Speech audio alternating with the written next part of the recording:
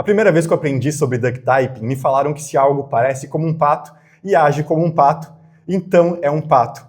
Só que eu não consegui entender nada do que isso significava na programação. Mas deixa eu te mostrar o que isso significa aplicado na programação. Aqui eu tenho um exemplo de duas classes em Python. Uma delas é a classe pato. E a gente sabe que o pato consegue emitir som. Por isso mesmo que eu criei aqui um método chamado de fazer som. E ele, no caso do pato, vai retornar quack quando for executado. A gente também tem um cachorro. E assim como o pato, o cachorro também consegue fazer som.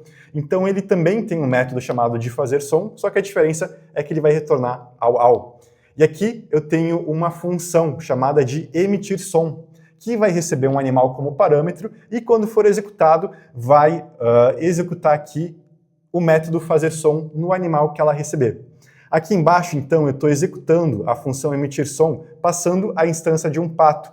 E isso vai mostrar na tela do computador o quack. E aqui embaixo, eu estou executando essa mesma função aqui, emitir som, passando uma instância de um cachorro.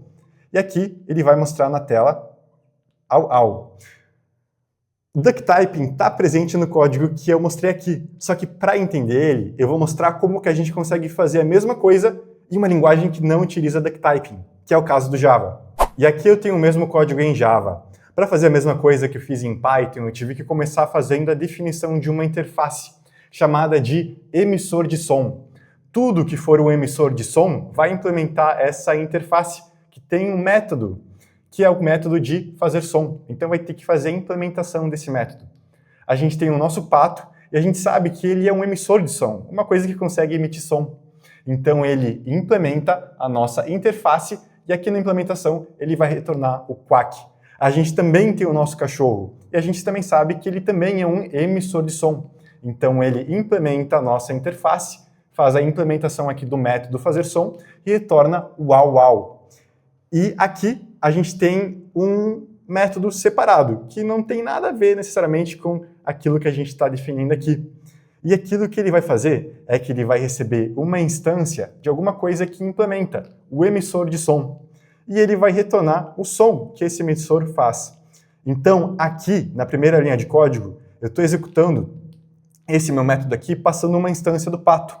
E ele vai me retornar aqui o quack. Porque dentro do pato, o nosso método de fazer som retorna o quack.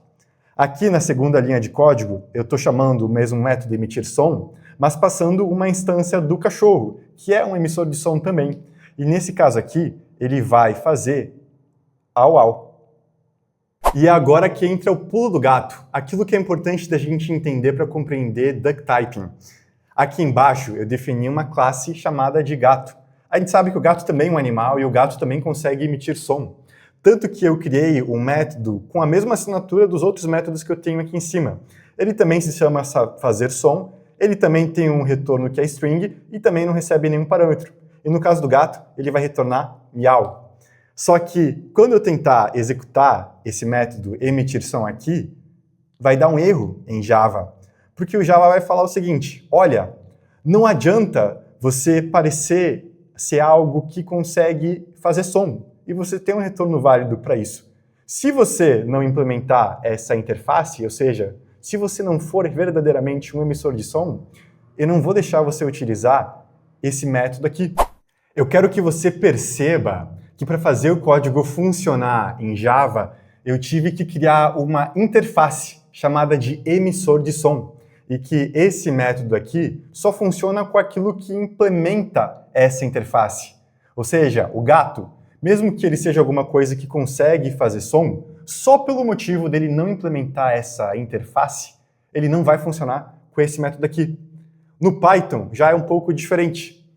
Por mais que a nossa classe pato e cachorro não tenham nenhum supertipo em comum, nenhuma classe, uma superclasse em comum, como os dois são alguma coisa que parecem saber fazer som e sabem fazer som, porque quando eu executo esse método aqui, ele tem um retorno válido, então significa que em qualquer contexto que eu esteja esperando alguma coisa que consiga fazer som, eu posso utilizar os dois de maneira independente e intercambiável, e vai funcionar.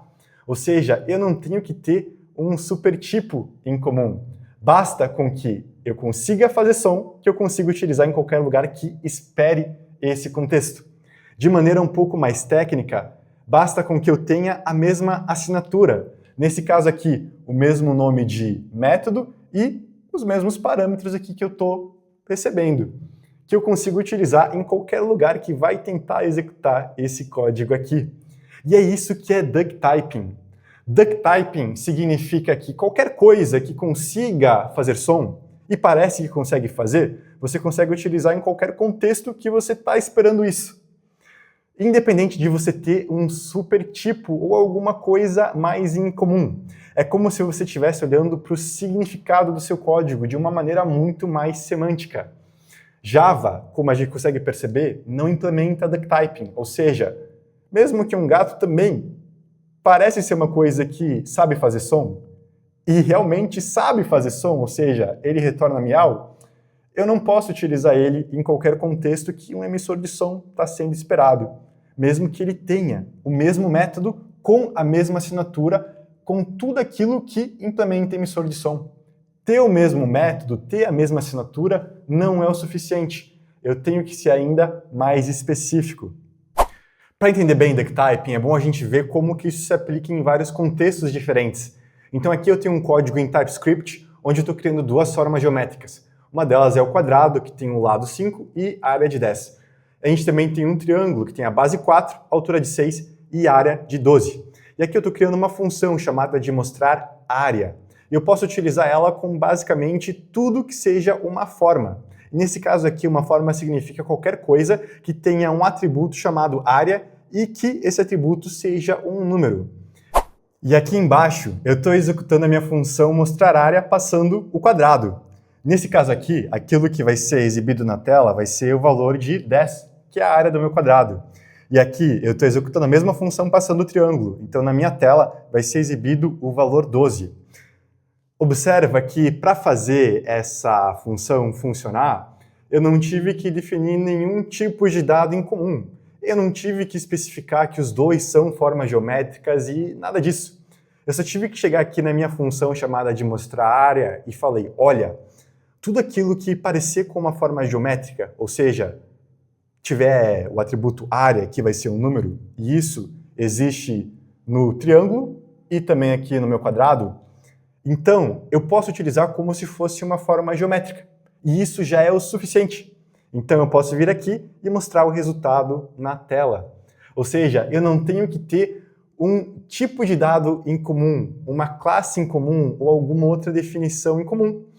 Se é algo que parece que tem área e realmente tem área, então eu posso utilizar em qualquer contexto que esteja esperando uma área, independente de um tipo de dado ou alguma outra coisa em comum, como uma classe ou alguma interface em comum para dizer que tanto o triângulo e o quadrado são formas geométricas.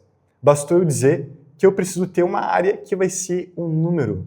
E o TypeScript já consegue entender que tanto esse triângulo que eu estou utilizando quanto o meu quadrado tem a área e que é o valor numérico. Então esse método mostrar área se aplica a ele. E é daí que vem.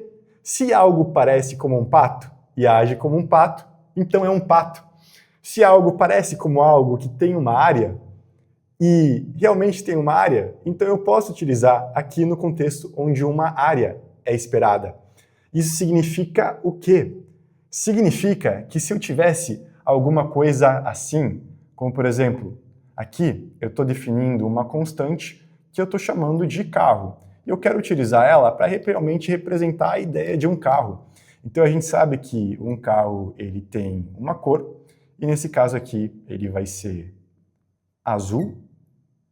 E o carro ele também vai ter uma área. Se isso faz sentido ou não, eu não sei, mas o nosso carro aqui ele tem uma área, e a área vai ser do valor 3.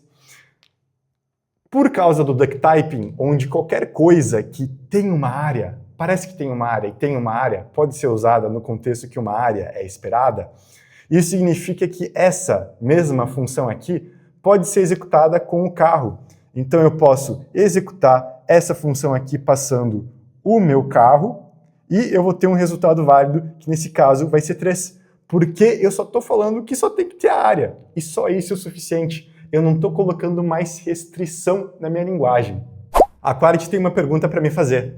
Ela me pediu se eu consigo dar um exemplo mais próximo do dia a dia, para entender melhor. Deixa eu te mostrar como é que Python utiliza duck-typing de uma maneira que é extremamente poderosa dentro de todo o ecossistema do Python. Em Python, eu posso, por exemplo, criar uma lista que vão ter alguns itens. Então, para fazer isso, eu vou criar uma variável chamada de itens e vou inicializar com uma lista que vai ter dois valores, 1 e 3.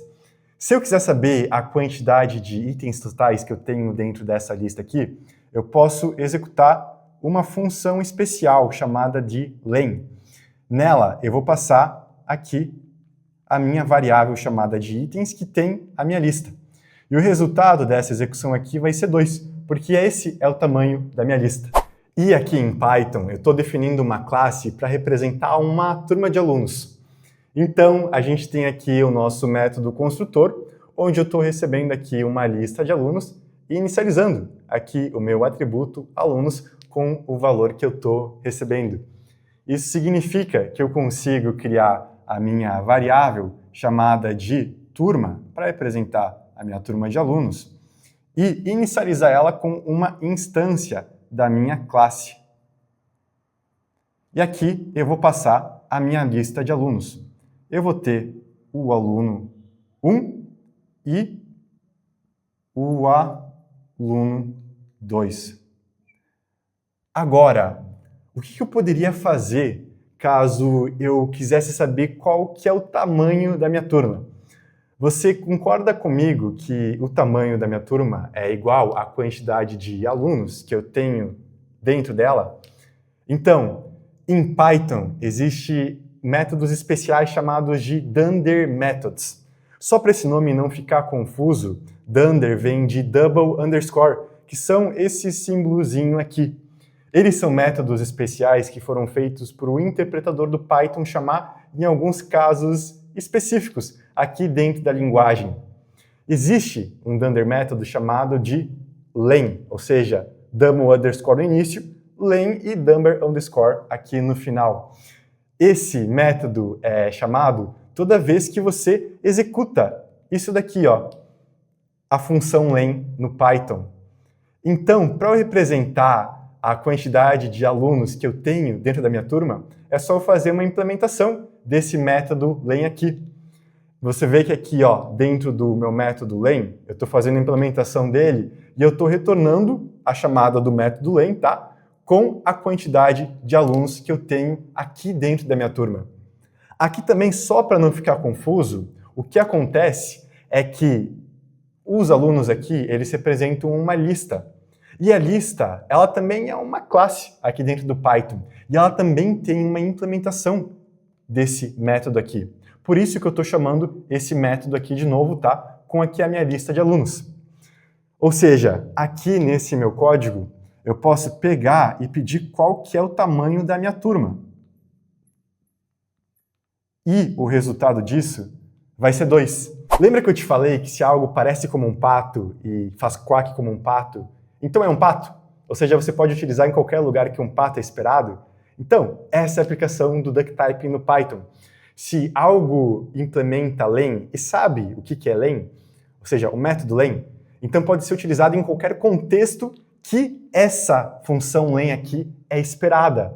E é por isso que eu estou passando aqui uma instância da minha turma, porque ela disse que sabe o que é len e implementou aqui o meu método len. Ou seja, eu tenho o resultado de 2. Caso ainda esteja um pouco confuso, lembra que o duck-typing olha para aquilo que é feito no código e não para o tipo do dado que você está utilizando.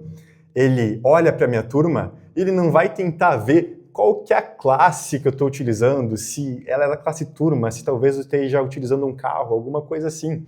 Ele vai olhar para o método len, porque se parece com algo que sabe o que é len e implementa len, eu posso utilizar com essa função aqui que vai estar chamando esse método internamente.